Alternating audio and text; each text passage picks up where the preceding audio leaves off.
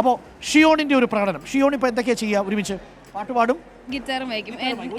ഞാനൊരു ഇൻസ്റ്റഗ്രാം ഇൻഫ്ലുവൻസറാണ്. അപ്പോൾ എൻ്റെ കണ്ടന്റ് എന്ന് പറയുന്നത് സോങ് ഫോർ പബ്ലിക് ആണ്. ഞാൻ ആൾക്കാരിലേക്ക് അങ്ങോട്ട് പോയി റാൻഡം ആയിട്ടുള്ള ആൾക്കാർക്ക് സ്ട്രേഞ്ചേഴ്സിന് പാട്ട് പാടി കൊടുക്കും. പാട്ട് പാടി കൊടുക്കും. ഇല്ല, എനിക്കറിയാവുന്ന പാട്ട് ഞാൻ പാടും. അത്ര എത്തിയിട്ടില്ല. പെട്ടെന്ന് സൂര്യകാന്തി എന്നൊക്കെ പറഞ്ഞു കഴിഞ്ഞാൽ ഏത് സൂര്യകാന്തി? അപ്പോൾ സാറിന് വേണ്ടിയിട്ടൊരു പാട്ട്, സാറിന്റെ ആരാധകർ ചിലപ്പോൾ സാറിന് പാടി തരണമെന്ന് വിചാരിച്ചിട്ടുള്ള ഒരു പാട്ടാവാം. ഞാനൊന്ന് പാടിയേക്കാം.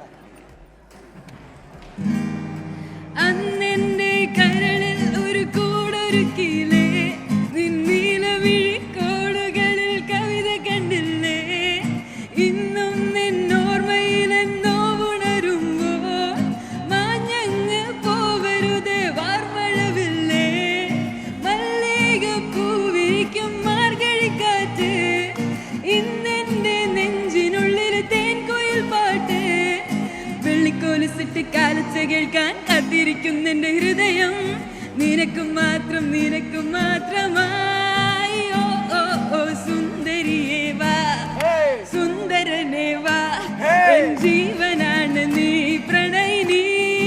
ഓ ഓ ഓ നീലരാവിലൻ സ്നേഹവീതിയിൽ വമതോഴിയായി വാ പ്രിയ സഖി.